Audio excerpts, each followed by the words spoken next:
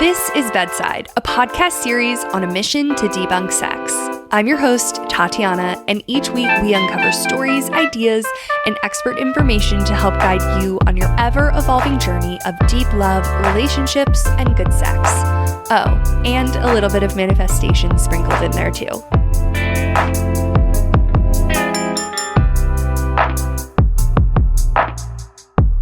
Hello, everybody, and welcome back to the Bedside Podcast. I'm your host, Tatiana, at the Bedside, all fun spots on social, and happy Wednesday. My gosh, I love Wednesdays. So excited to be here with you guys today, and mostly because I have got my favorite sex therapist back on the show, Dr. Kate Balestrieri. Dr. Kate and I have so much fun recording together. We do a lot of swap episodes. I've had her on the show a couple times. I've been on her show. I'll link our most recent episode in the show notes. It is just such a blast to get to connect with her. But most importantly, today we are talking about a topic that I feel like has been touched upon, but has not really had a lot of airtime. And so I'm very excited to have her on the show today to talk all about self-worth and sexual shame when it comes to our intimacy. I know many of us were brought up in kind of households or education systems that skirted around sex, intimacy, whether or not you got puritanical messaging, right? There's so much loaded when it comes to the way that we learn about sex, the way that it has been programmed into how we live, breathe, exist in this world. And so today we are debunking and really kind of getting to the root all about things that have to do with sexual shame. What are the signs that you might be dealing with sexual shame? What are things that you can look out for when it comes to your self-worth in your sexual expression in the bedroom? How do you begin to actually flip these shame narratives? I feel like that has been left out of so much dialogue, right? We talk about sexual shame, but we're like, okay, now what? Now what do I do with it? And so today we are really distilling down all of these very tactical tools and tips that we can exercise to bring awareness to what it might be for us if we have sexual shame, what those things might look like, and how we can actually transform them. Because guys, we are never stuck in one fixed situation. We always have options. We are always able to grow and evolve out of ways of thinking and really give ourselves freedom. That's kind of what I'm getting at.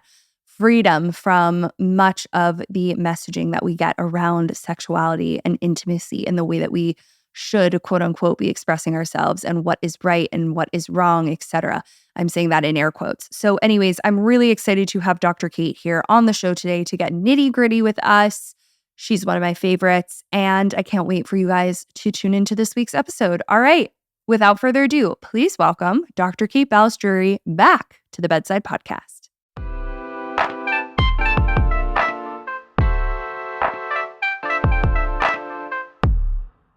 Hello, everybody. Welcome back to the Bedside Podcast. I'm so excited to have you here, tuned in and listening. Happy Wednesday. And guys, I am live with one of my fave sex therapists. I have Dr. Kate Balestrieri here. I love recording with you. We've done this a few times now. So we have. It's always such a blast. And thank you for having me back on your show. Yes, of course. Yeah. So I feel like today I mainly am really eager to tapping on a topic that I think people talk a lot about, but on a surface level, and then we don't go much deeper than maybe mentioning it, which is sexual shame and shame around intimacy. And I was really thinking about this as I was kind of knowing and gearing up to chat with you, because I was like, yeah, a lot of our sex ed systems have taught kind of this either overt shame or kind of underlying shame in the education. And a lot of people walk away with that into their adult lives, into their adult relationships. But I think a lot of the time there can be this knowingness that people carry around it, but then this very underlying unknowingness that they're walking around with sexual shame. And it takes a while to really realize it. And so what I'm most excited to chat with you about today is getting to that layer deeper of okay, well, let's go there. What is sexual shame? I mean, it's such an important question. And I love the way you set that up because there's the shame that we're conscious of, and then there's the shame we're not conscious of. And that unconscious shame really guides a lot of what we do or don't do sexually. Mhm. So it's super important to try to understand as much as we can about what shame we're holding on to, where it came from, and how to get rid of it. Yeah, which is so important. And I think a lot of people's sex education, I have a lot of people write in who are like, I went to Catholic school. It was Yeah. loaded with shame. Yeah. What are scenarios that people might kind of be in where shame is guised or it's a little bit more in the subconscious? What Mhm. might that look like in our everyday? Yeah, great question. So first, whether or not you grew up in an environment that was very loud in its purity culture factor, pretty much everyone in this country has absorbed some element of purity culture because it's a part and parcel to the patriarchal system that dominates Western culture. So even if you're not a religious person or you didn't go to religious schools, you might have been, inherited. And I'm going to use that word because this shame is passed down generationally. It's not something that we're born with, but it's passed down generationally in the sense that people talk a lot about sex or they don't talk about sex at all. But what they say about it or don't say about it conveys a lot of meaning in terms of how comfortable we feel with sexuality in general, let alone our own. So there's that sort of hot mess that we can untangle in a second. But the other thing that I think is really important to remember around shame is that we grade ourselves a lot in terms of our relationship with sex. How was my performance? Did my partner have a good time? Did I have an orgasm? Have I slept with enough people? Have I slept with too many people? Right? There's just all of this like grading that is so nonsensical, but we're taught to do that Yeah. because of, again, the ways that society has conflated sexuality and sexual behavior with worth, worthiness, power, and meaning in our lives. Like it's been so over attached to romance and the idea of marriage. So when people are having sex that either looks like that or doesn't, depending on what script they've been given in life and what script they read and what script they like, they could be really giving themselves a poor grade constantly, and they may or may not be aware of it. And then there are things like body image and how we feel about our appearance and how we feel about the way we look during sex or the way we sound or the way we smell. We can get taken out of the moment really quickly and become a spectator of the experience instead of a participant in the experience. And so those are some of the more subtle ways that I would say a sexual shame creeps in and really interrupts our pleasure. But it can sometimes look like avoiding being sexual or avoiding a person that you want to be sexual with. A lot of partners will have changes in their bodies, for example, or they'll feel really stressed and tired and they don't feel good about how they look anymore or in that moment. And so they might start avoiding sex with their partner. They don't initiate anymore. And that could be related to body shame, but it also, our sex lives suffer, because of that shame. So it can become a sexual shame because then we don't necessarily feel like we have that part of our life like on tap. Yeah. Is that the right phrase? Yeah, totally. And it's so interesting. I've never heard someone paint the picture of us grading ourselves after our sexual performances, but it's so true, right? Because it's like, we're like, did we achieve? Yeah. Did we achieve the orgasm? Did the partner achieve the orgasm? Did we, whatever your criteria is? And I think that's such an interesting concept that I've actually never even taken into consideration myself around, yes, of course, I've understood that we've put pleasure into like achievement orientation, but the way that you then make that a representation of who you are is so real. It's so real, right? I mean, I work with so many penis owners and they'll say things like, my penis didn't stay hard long enough. Well, how hard does it need to stay? Or how long does it need to stay hard for you to feel like you're a good human? Right. And I don't mean to dismiss people's concerns about not having an erection, but I think we prematurely go to this place of I'm no good if the sexual experience that we're having doesn't meet the standard in our mind about it.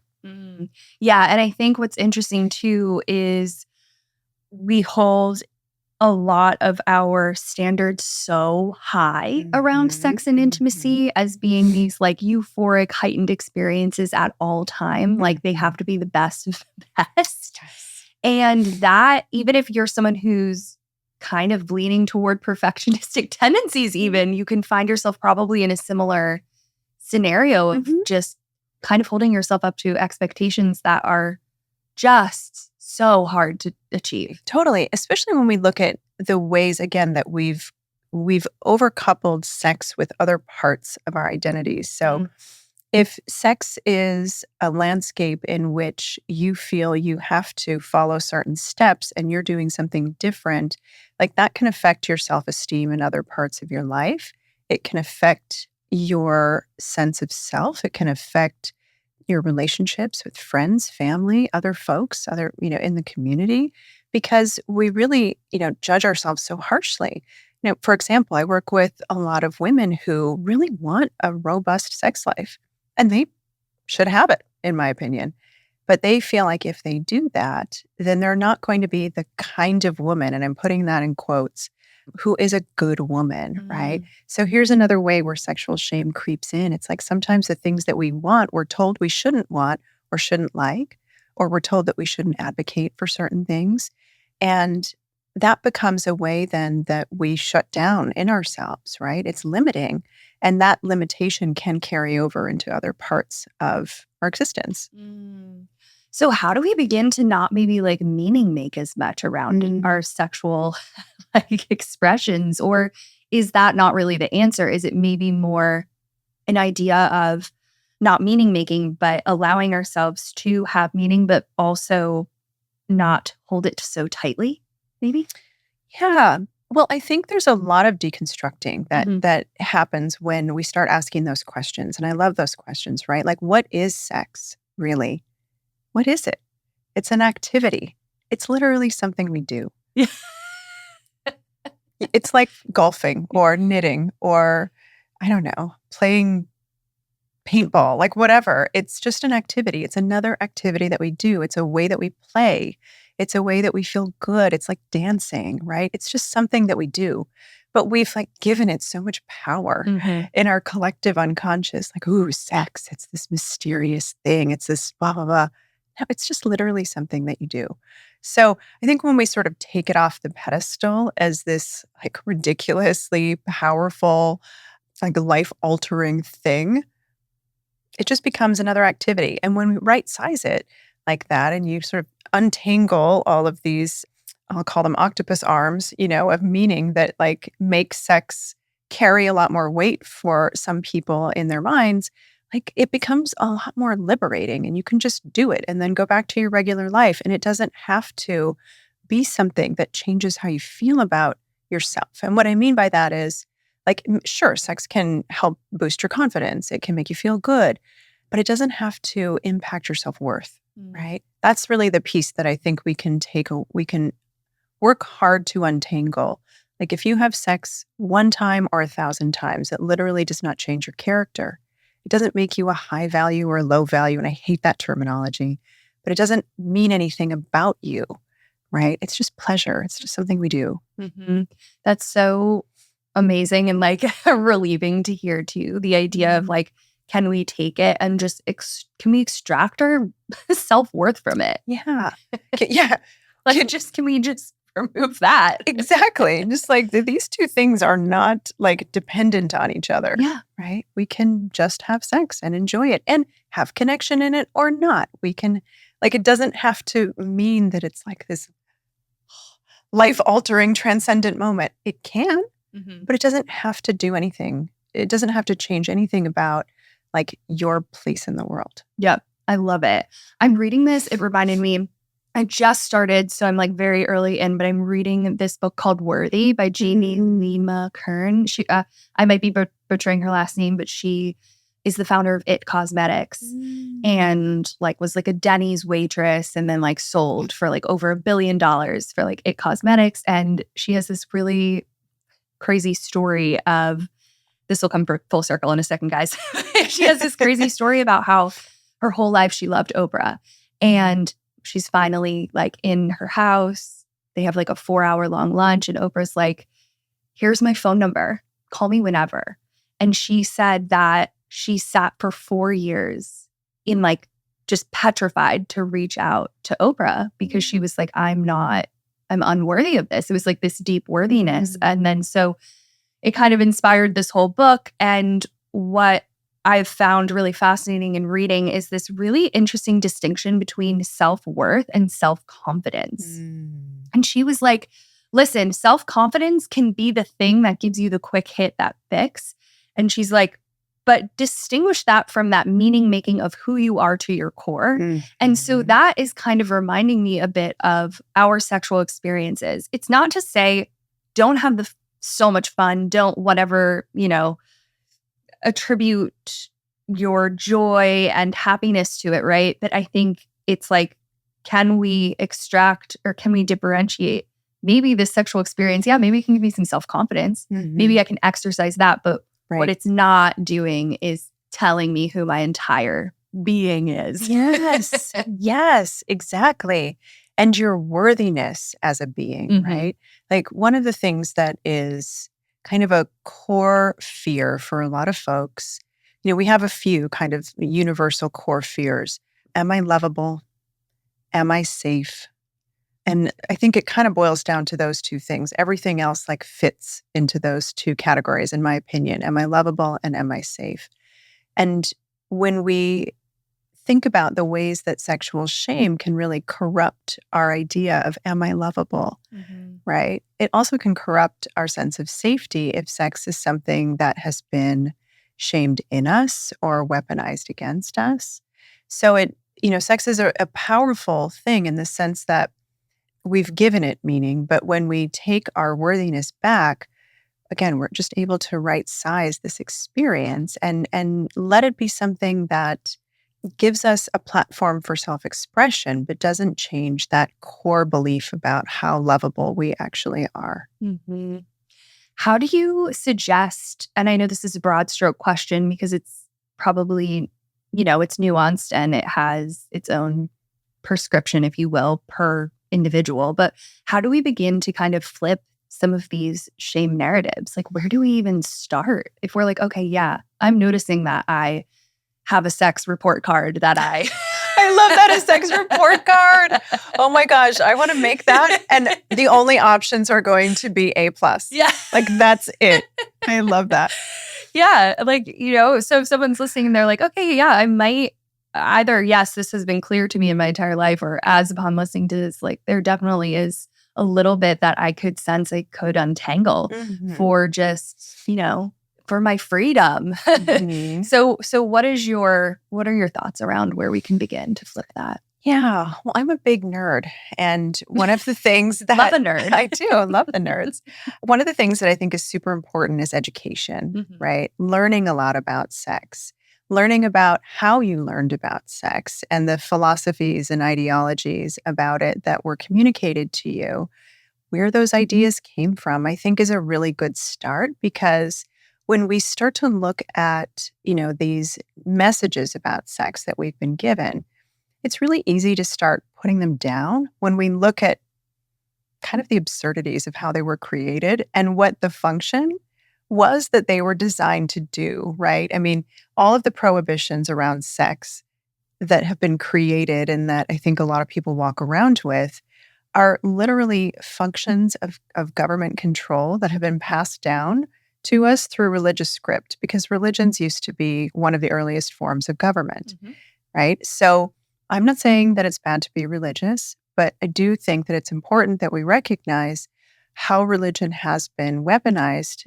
to keep us in some sort of control, right? It keeps us stuck. It keeps us, and when I say stuck, I mean it keeps us stuck to a narrative of how we should be. And those shoulds can be useful in some ways, but also really destructive in a lot of ways. And so telling people that they are bad if they have any kind of sex except a specific kind was a way that early governments and religions worked together to keep some sort of power structures happening in the world.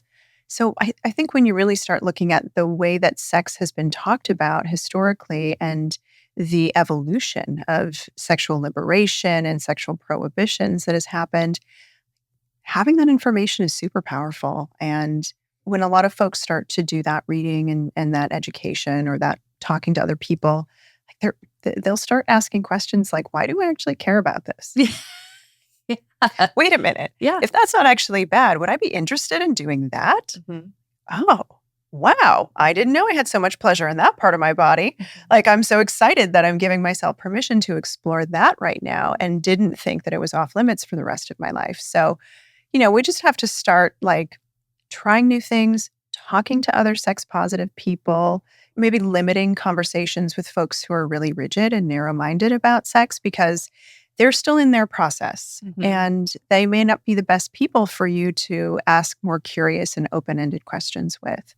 They can start doing like sexual empowerment journals and journaling and kind of think about like, what does it mean to be really sexually empowered for you? Have a friend group that you like do a book club around and read a book about sex and talk about it. So fun. I'm like, I need that. Yeah.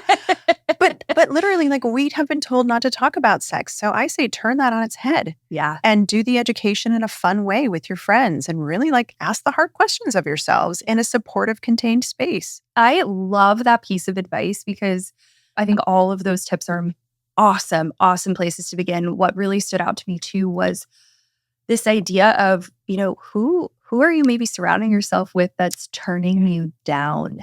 And this can even be someone who's like dimming your light, right? Like what is turning down that like radar in you that makes you feel like you need to monitor yourself or suppress yourself in any way? And it's so important who we surround ourselves with and reminding ourselves like we have a choice in this and we can continually seek environments that can support exploration, which I love. I love all of these tips here. Well, you bring up something really important in sort of the subtext of what you're saying, and that is that we do need to feel safe enough to do that opening and exploratory work, right, within ourselves. So I love that. Like, take a look around in your community of folks, who's in your inner circle, and who is like dumping shame on you, because a lot of folks are really well-intentioned, but my God, do they just dump the shame out? Yes. And they are generous with it. So if that's happening, that might be someone to kind of take a little step back from, because that's not a safe context for you to start feeling good about yourself in general, but maybe not to even talk about sex with them or be curious about yourself sexually in their presence. So definitely think about what boundaries might you want to put in place to really feel like you have the safety that you need to start thinking more expansively about your own pleasure. Yep. Hands down. And I think too, just to like tack on to that, you said boundaries, which I think is a great word to use in this context because it's not like you have to cut all people out of your life, right? But it's understanding, okay, maybe there's certain things that this person isn't available for, or that like I don't feel good about talking about this specific topic, but there's still maybe a great friend in other categories. Exactly. I've even had to find that in my own life with certain things about business or like goals that I have, right? Like realizing, not everyone can accept this. And like, sometimes people have a lot of fear around certain topics. So I think it's really, really great to note that you don't have to change and overhaul your life, but totally. And you also don't have to shame other people who aren't on this journey, right? Not everyone wants to explore sexuality. It can feel really daunting and really scary for folks for myriad reasons. So someone's not a bad person, or they're not, I like what you said, you don't have to cut them out of your life necessarily. But definitely think about, like, you've got friends that you hike with. Maybe you have friends that you talk about sex with. Maybe you have friends that you talk about your business goals with. Maybe you have friends that you share recipes with. It's okay to have dimensional community around you. In fact, that probably makes your community a really strong place for you holistically. Yes. Love. Okay. So if somebody is curious to explore more around kind of their sexual practices, but they're feeling a little held back from shame, what do you suggest we begin to do? Because we've kind of talked about education. We've talked about surrounding yourself with specific people and creating community around this conversation. But when it comes to actually exploring intimacy, I'm curious to know your thoughts there. And maybe I'll give you an example. I recently had a friend come to me and say, it's really interesting. I feel as though I've maybe done more of the education around, and my girlfriends and I talk about sex and stuff. But she was like, when it comes to masturbation or solo play, it's still something that feels uncomfortable for me. And like it's hard to drop in. So I'm curious for kind of maybe that scenario or that person. What are your tips or advice around that? Yeah, I would say that the messaging that we've been given around sex when there's a lot of shame attached to it can be really, really strong. And even if consciously we've begun that cognitive deconstruction, there might still be some somatic tethers to shame. And when that happens, I think it's okay to just say, all right, here's my body reacting to something that is old news. And also, how can I take care of myself and nourish myself in this moment, right? Because the body going into that response is a protective mechanism. The body is saying, oh, something's not right here. Let me shut down all systems and try to keep, everything kosher and okay. But it's reacting to this old story from there and then. So when that happens, I would say slow down. Give yourself something more incremental to work up to. Maybe start with one toy instead of 6. Set aside 20 minutes for yourself instead of an hour if you're feeling like it's a scary, daunting, or worrisome task ahead. Bring with you things that provide you peace. So that could be maybe some essential oils, or if you like a heating pad or something when you get nervous or feel off in your body. Bring some lotion or something that you can do non-sexually to kind of be back in your body and keep that practice of pleasure moving forward without it needing to be sexual. Like, it's okay to honor what's happening in your body. You do not need to bulldoze through and force yourself, right? That can, in fact, be really contraindicated and can create a reaction in the body that's even more protective. But I think just sort of honor where you are and keep the practice going incrementally, because the more you give yourself permission to be in your body and explore slowly with what does feel good, the more you feel compelled to go back and do what feels good. And that might include more sexual practices in the future, or you might land on something that feels really nice and stay with that. I love that. And I like how you mentioned too, noting that something might maybe be an old story. And I've even found that helpful kind of in my own growth processes and things that I've moved through, whether it's sexual or not sexual, being like, hold up, let me just bring a little awareness to this. This is an old fucking narrative. Yes. This is not who I am today Yeah. and how I'm operating. And, how can I honor compassionately that piece? And then also say, okay, I'm here too. So where are we going to maybe meet in the middle on this? I love that. I love that. Yeah. I also am curious to know, okay, so somebody outside of solo play, if we're feeling maybe shameful, and this might kind of tie a bit into like partner shame too, when it comes to wanting to explore certain things. I know that it can be intimidating to share maybe some of what turns you on and some of the things you want to explore, whether that might be shame internally or from someone else. How do we begin to navigate that maybe in partnership? Yeah, well, it gets a little bit more complicated in partnership because we attach a lot of meaning and a lot of safety and a lot of fear to the idea of exploring new things, right? And very quickly, people can start to wonder, am I enough? Am I lovable? And am I safe? Is this relationship going to withstand this exploration? So I think sometimes the shame that we feel is a reaction to those bigger questions, and we don't know how to address those things. They're really vulnerable. They may even be so scary and so vulnerable that it's hard to know them or speak them. So if your partner's coming at you hot with a lot of shame or a lot of shutdown when you bring something up, I might get really curious about, is there a safety concern that they might be contending with, that if it's addressed, maybe this goes away and there is some opening. But to get that conversation started, one, I would say, pick a time when you're both in a good headspace. Like, don't have this conversation when you're bringing your kids to soccer, and don't have this conversation when you're in the bedroom. Don't have the conversation when you have a hot deadline. Like, create some time when you're relaxed and both of you are in an open headspace and agree that, like, hey, we're going to maybe talk about some more meaningful things tonight. I love that word choice too. Meaningful versus maybe hard or complicated things. Yeah. Yeah. Right. Because it is all meaningful. Like the Mhm. conversations build your relationship. So I think when you go into it saying, like, hey, are you curious about talking about sex in general? Or you can say things like, hey, I heard this podcast the other day and they were talking about threesomes. What do you think about that? Mhm. Right. And kind of like pose it as a question that you're sort of investigating together. Mhm. You don't necessarily want to come in and be like, I'd like a threesome this weekend. Are you in? Right? Your partner might be like, what? I don't know how to process all of that. Whoa. Yeah.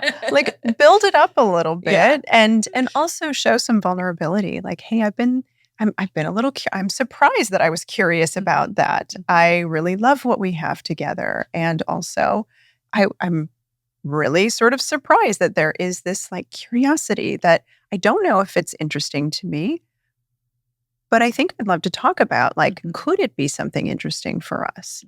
Right? And make it about how it enhances your relationship instead of saying things like, I'm not happy in our sex life. I need to go do this over here. Like, that evokes a lot of threat and a lot of fear. If you're leaving the relationship, just leave the relationship. Don't threaten your partner with that, because that is manipulative and it amplifies discord and it puts your partner on the defensive right away. So if you say something like that to your partner, they're probably going to be really against it and feel like it is a wedge between you, because that's how you've levied it. Yeah, an ultimatum. Yeah. If this isn't figured out, I am leaving, or like I am going to outsource this elsewhere. Exactly. Yeah. Yeah. Whoa. Ouch. Yeah. No wonder your partner's not into it. Wow, that's a really great way for me. And I love the idea too of, I think we've talked about this before too, where, make sure you're choosing neutral times and spaces around it. And kind of what you pose is, in your conversation, an openness for dialogue instead of absolutes. Yeah. And leaving space for maybes instead of absolutes, hard yeses and nos. Yeah. Yeah, because sometimes these conversations aren't even figured out overnight. It's not figured out in one conversation. No. Yeah. No. I've worked with couples who have taken 2 years to make decisions about changing things in their sex life. And not everyone takes that long to get there. And some people take longer, right? Like, there is not a correct recipe, except the recipe that works for the partners involved. And I really appreciate you saying that. This is not a one and done conversation. Like, take your time, talk about the pros and cons, talk about what the fantasies that you have mean to you.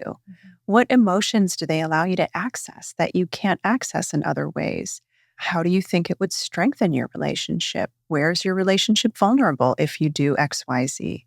I think it's really important to slow down when you're introducing something that feels like a big deal. Actually, I'd love to pick your brain on that a little bit more, as in, what are ways and kind of modalities you can see people expressing or, their sexual exploration? And what are modalities that maybe we can begin to explore what was once maybe shameful into something that might be something that is actually pleasurable for you? And I think what I'm thinking of in the context is, like, does it mean that you want to act that out physically? Does it mean that maybe you can find an outlet somewhere else? Like, I'm curious about the modalities and like the options that you have around this exploration. I love that question so much. Well, I'm going to start with a really tangible thing and then build on that. So there are lots of websites that you can go to that have like a yes, no, maybe list that you can download, including mine. I love a yes, no, maybe list because, first of all, partners can look at it and be like, I'm interested in that, yes, or maybe in these contexts and absolutely not. And then you can sort of compare notes and see where you already have alignment. And there may be a lot of surprises there that give you a foundation to start talking about, wow, I didn't know that we both were into bondage. How come we've never played with that? What does it mean to you? What do you like about that fantasy? Is it something that we want to do? And so it gives you a ready-made jumping off point, which I think is super helpful, especially when people don't know how to start a conversation, or maybe don't know what they want, but know they're searching for something else, right? In terms of like sexual activities and exploration. So that can be a good place to start. Another thing that I really love are like intimate card games that give you a lot of questions. Again, we don't have these vocabularies because our society doesn't talk about sex in healthy, constructive ways a lot of the time. We don't know all the time how to start the conversation or how to ask deeper, more probing questions. So our good friend Natasha has Wonderlust, and I love her game, Mindful Intimacy. It's one of my favorite recommendations for couples. And it can be another great starting point to ask those kinds of questions with each other. But once you start identifying the things that you are both curious about, or even the things that maybe one partner is curious about that another partner does not feel is a decided no for them, then I think it's really important to start getting curious about, like, what is the fantasy? What does it bring up for you in your body? What does it bring up emotionally? What themes does it allow you to start playing with or work through, right? So for a lot of folks who like BDSM, for example, there can be a lot of curiosity about that. And there are a lot of myths about what BDSM is in the world. So for a lot of folks, it's about playing with power. And it can be something as simple as, tonight, I'm taking charge of everything. You don't have to beat each other up or have like a whip collection or anything like that, unless that's your jam. But for a lot of folks, it's like, tonight, I'm going to do this, not you. Yeah. And like, wow, like, what does that even feel like to feel that kind of power? So, get curious about what is the exploration about with both of you. And can you think a little bit more dimensionally about your play? Because then if something is a no for a partner, like, let's say, for example, one partner says, I really want to walk you on a leash, right? I want to feel that power. But the other partner's not feeling that. They're like, no, I can't. That's too humiliating. It doesn't work for me. I'm not here for that. But they might get really fixed on the idea of it being like a collar and a leash and being like a dog. So that's not really what their partner is like looking for. Their partner wants to feel powerful, right? So are there other ways that you can play with power that are amenable for you? Yep. And when you start like backing into the what's available based on what's important to us, like that can be a really exciting place to start. Right. So it's like stripping down the exact scenario that you have in your head and maybe getting more to the root of it, right? Where it's like, okay, well, I think that's what's actually so fun about sex and intimacy is like being playful and doing the strip away. I don't know if I've told you this before or if I've even told, maybe I talked about this on the podcast a while ago, but I remember years ago, there was a coworker that I was like crushing on and I was in a long-term relationship. And so I brought it to my relationship and, after a while, and at first it was something where I was like, I don't know what this really means. But when I finally, over time really stripped it away, I was like, actually, I think I'm just so intrigued by this individual's sexual expression, their confidence, the way that they walk through this world. And I want some of that. Like that, it was really like when I really stripped away from it, I was like, you know what? It's not that I want. You don't want them. I don't want them. Yeah. I don't. Exactly. You want something they have. Yeah. So I think though it can, though I have empathy for maybe the distress that sometimes it can cause on you or your relationships, I think that there can be also a way to shift your perception of it into being like, okay, can I look at this with a little bit more curiosity for what it actually means for me? And, and sometimes it is a one-to-one scenario. Like, I do want to I want a threesome or whatever it may be. I just want to put you on a leash. Yeah, I just want to. Maybe the leash is important to your partner. Like, that's okay. Right. Yeah. So I think that's an interesting exercise to kind of experiment and play around with. Totally. I agree. All right. My other one was Are we going to play Smash and Pass again? I was like writing down rapid fires and I was like, should we do one? I mean, we could. I would have to get some names real fast going. Maybe we can do it on your show. Oh, no. That's something. Oh, maybe. But okay, so speaking of my story of sexual expression, Uh-huh. I actually want to kind of end here because I think it's a really interesting topic that it's talked about, but I think a lot of times people are like, okay, wait, what is the difference between sexual expression and maybe my sexual identity and what versus things I want to explore? So how do you define sexual expression? Oh, that's such a great question. When I think about sexual expression, I think about the ways that we embody and express and integrate vitality, pleasure, and playfulness into the way we move in the world. So, sexual expression can be a part of, to your point, observing this in someone else. There are some people whose sexuality is very integrated into who they are, and it shows, right? They walk into a room and they are in their bodies, right? They know how to stand in a way that communicates to themselves that they're like, oof, I'm feeling something. I'm feeling it. I love it. Oh, zest for life, all things. Yeah. And I think that sexual expression is really linked to our creativity and our vitality. So I think it breathes like a life into us. It's like a lifeblood. And if we feel really comfortable with that part of ourselves, then we show that to the world in how we move, in how we might flirt with people of all, ages and genders. And I don't mean sexually flirt, but like, just sort of Flirt with life. engage. Yeah, flirt with life, right? Say yes to things, have enthusiasm. Or would you say that using sexual expression and exercising this in your everyday, can it be a shame buster? Can it be something? Can it be a tool? I think so. Okay. I think so. I mean, we all have erotic capital.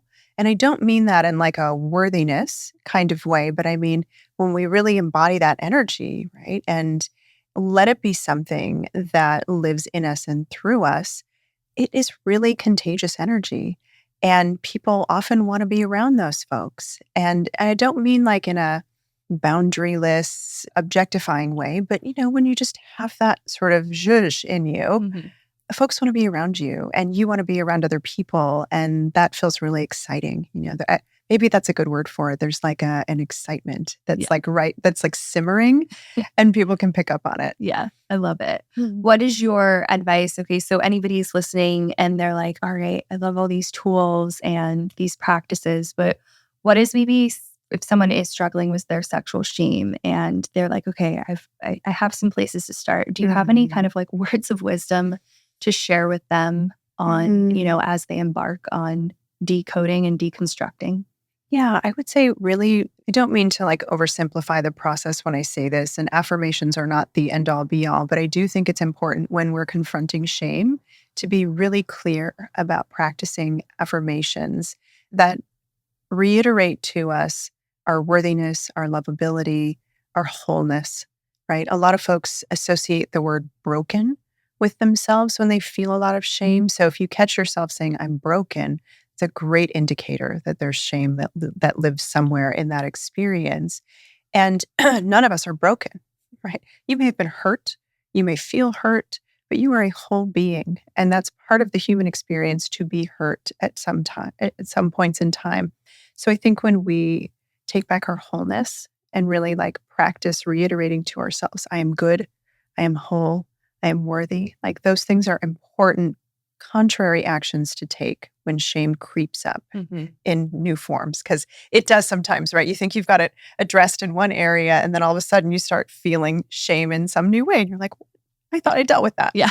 Right. Where did that come from? So really like try to practice being kind to yourself and affirming your wholeness and your goodness. And then I think it's also really important to maybe consider working with a sex therapist at some point if you're doing this work on your own or with friends and people that you love and trust, and there still seems to be some, shame there. It's okay to bring that into a more professional space and have a sex therapist help you figure out how to better eradicate that shame and really find a home in yourself again. Yeah, I love it. Thank you, Kate. I love chatting with you. Thank you. Thank you so much. Such a treat having you on. So where can people connect with you and find you online? Well, probably my website is the best, modernintimacy.com. I'm on Instagram and TikTok at Dr. Kate Balestrieri and on YouTube at Modern Intimacy. And they can listen to my podcast, Get Naked with Dr. Kate, and they can hear you on it. Yes. Yay. All right, guys. Thank you so much for tuning in this week. Thank you, Kate, for being here. I love recording with you. There's always just like such good energy, and we always get into such exciting topics together. So I'm already excited for our next episode. Me too. Thank you so much. All right. Bye, everyone. Thank you for listening to the Bedside Podcast. I hope you loved this episode as much as we did making it. If you have any feedback, questions, or suggestions for future episodes, or if you just want to chat, don't hesitate to reach out to us at The Bedside on Instagram and thebedside.co online. You can also find us at By the Bedside on TikTok. To stay updated on our latest episodes, be sure to subscribe to our podcast on your preferred platform. And if you found this episode valuable, I would so greatly appreciate if you could leave us a rating, a review, text it to a friend, share it to your Instagram stories. Let's get this message out there loud and clear. Until next time, thank you so much for tuning in, and I'll see you next week.